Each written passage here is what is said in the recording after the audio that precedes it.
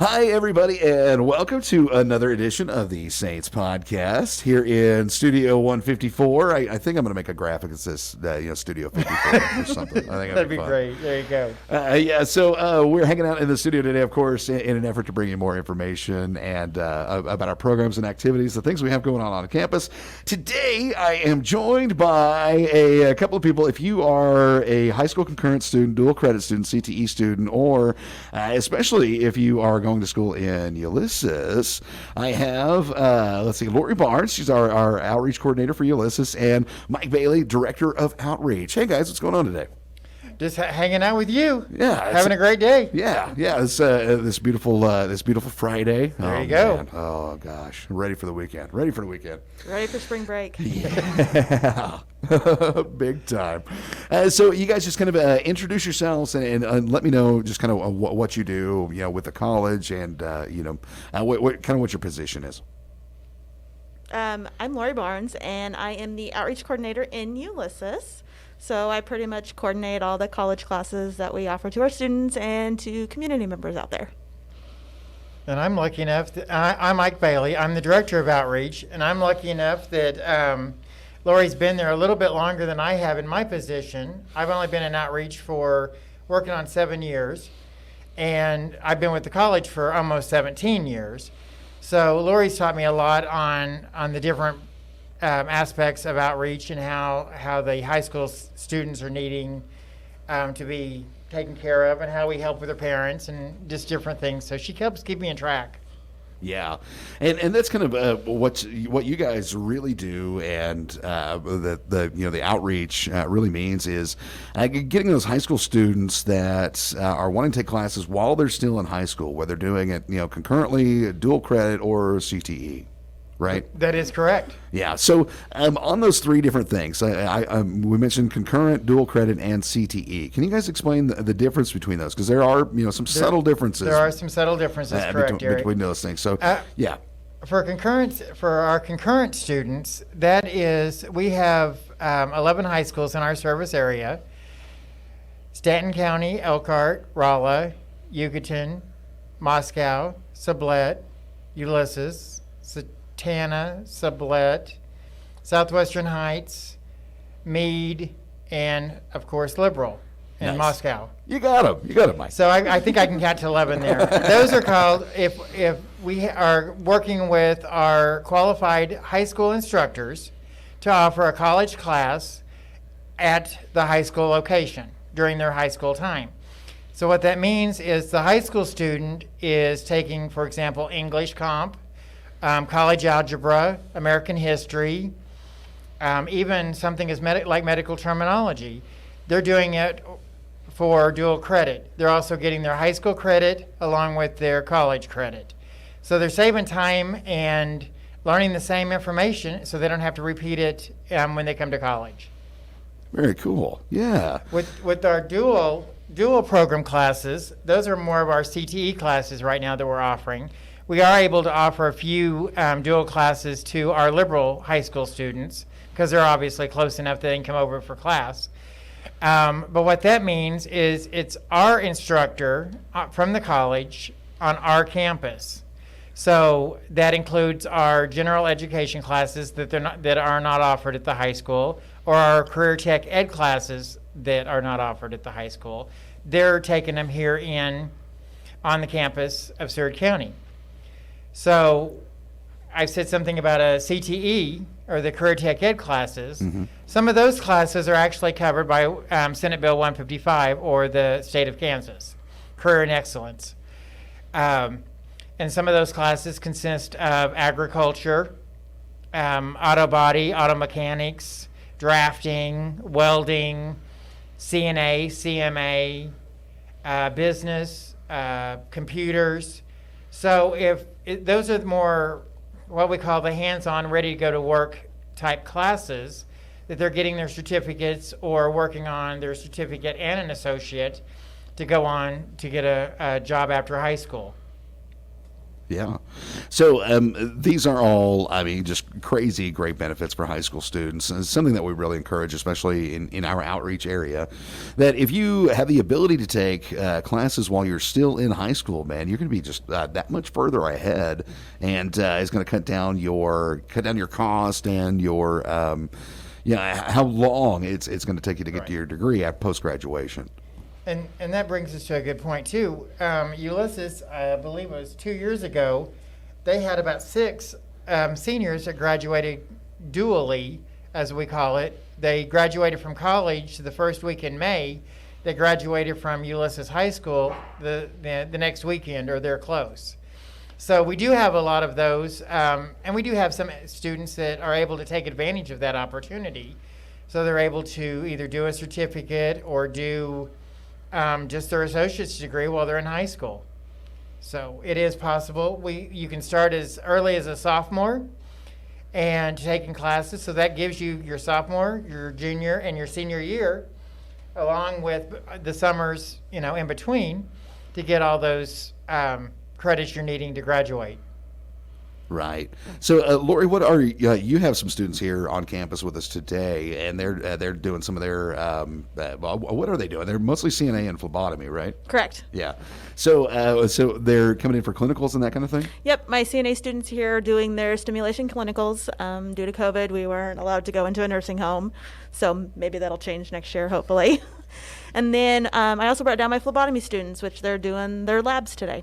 So we brought a bus down. Yeah, very cool. And with our phlebotomy, since the phlebotomy and that program is online, Lori has and the Ulysses students have been able to take advantage of the online portion of the classes during their computer time at the high school, and then one Friday a month they come down for lab work. Yeah, because a lot of the programs they have, especially if you're looking at some of the CTE programs, which CNA and phlebotomy are CTE programs. Mm-hmm. So a lot of those have kind of shop hour requirements. Exactly. You have to have like either clinicals or some kind of practicum hours with them. So that's why those guys are here today. So, we talked about like CTE classes, and we mentioned CTE classes are free, correct? Under Senate Bill 155? Most of them are considered not all tech classes are free, or the CTE classes are free.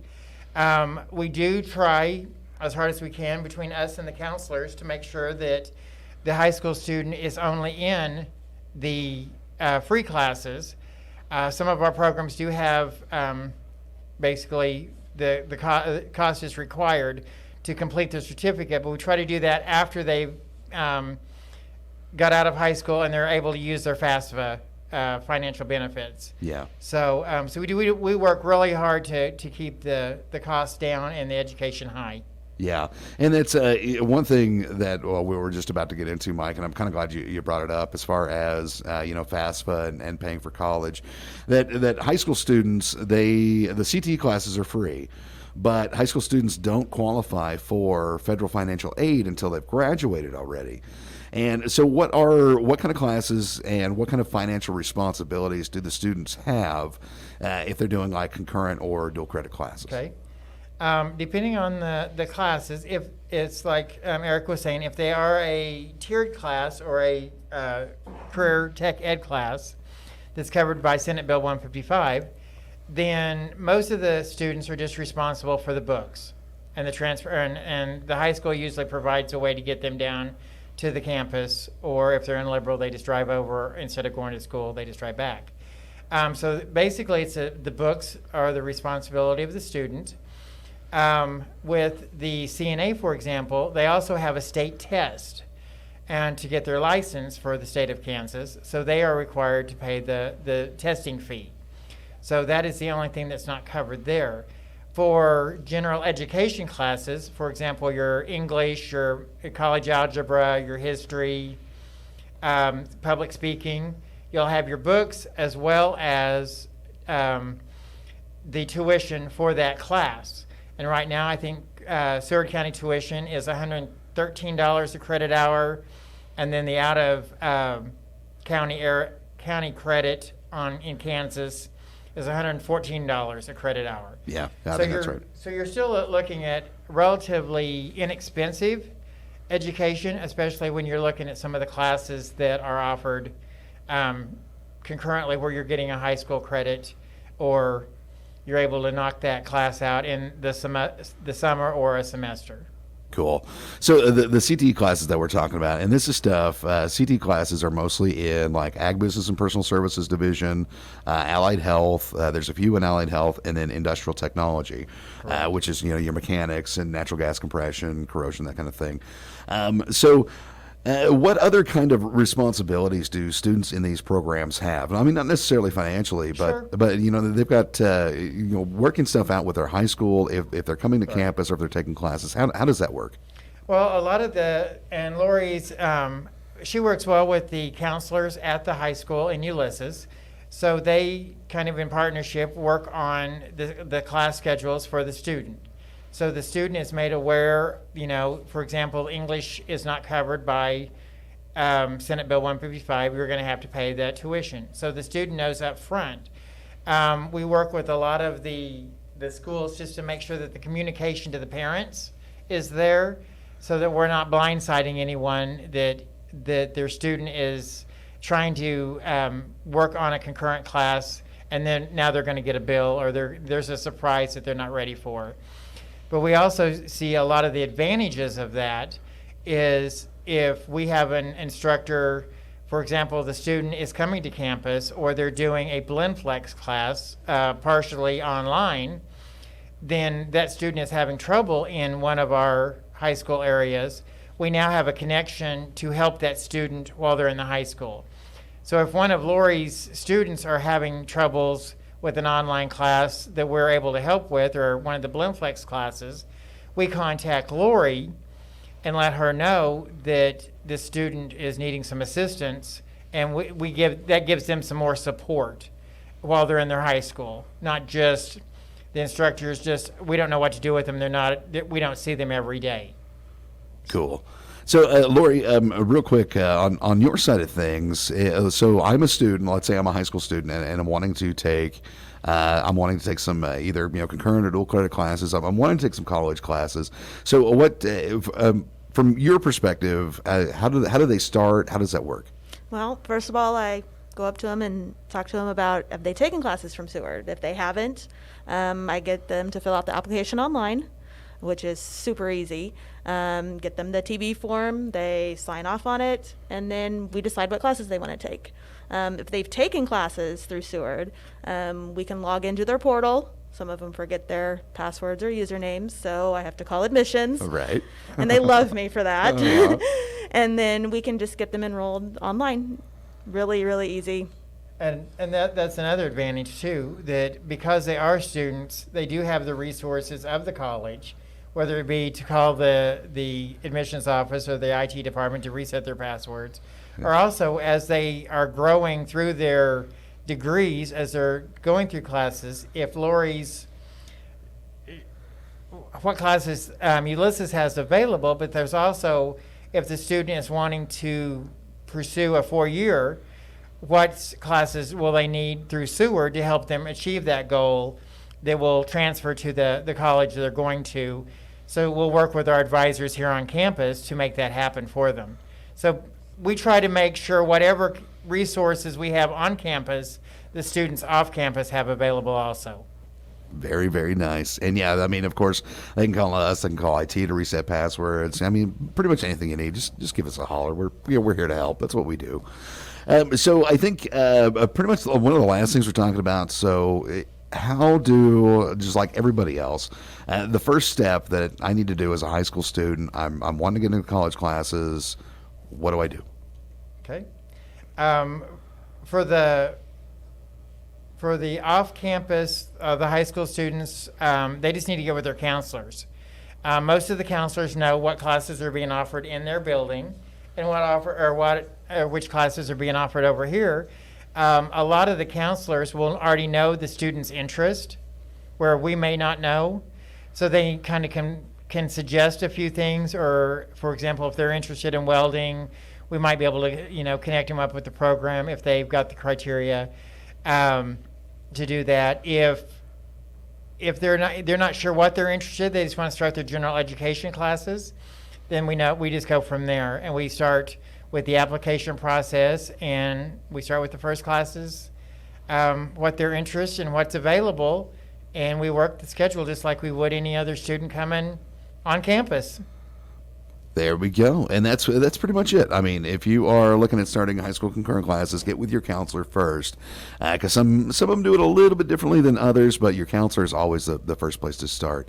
So, Lori, Mike, is there anything else you guys want to add before we get out of here this afternoon? I was going to say, if they have any questions, their counselors are new, or if they have questions, they will be more than happy to contact me. Eric's going to have our contact information or contact admissions, and we'll make sure we get connected. Usually I'm either out in the buildings or out in the other high schools, or the admissions staff is, so feel free to catch us, ask us questions. If not, call the college and ask for outreach, and we'll be more than happy to help you. There we go. It is that simple. All right. I'm going to go ahead and put up the admissions contact info on the screen right now. So if you need us, give us a call, 620-417-1100. Email admissions@scccc.edu. And like I said, we'd be glad to help. And if you are a high school student, we'll hook you up with Mike. We'll do what we can here on the admission side for you as well. And then we'll get you ready to start in some classes. Mike and Lori, hey, thanks you guys for coming in this afternoon. I really appreciate it. Really great information. Thank you very much for having us. Thank you for having me. All right. Thanks, guys. And we will see you next time.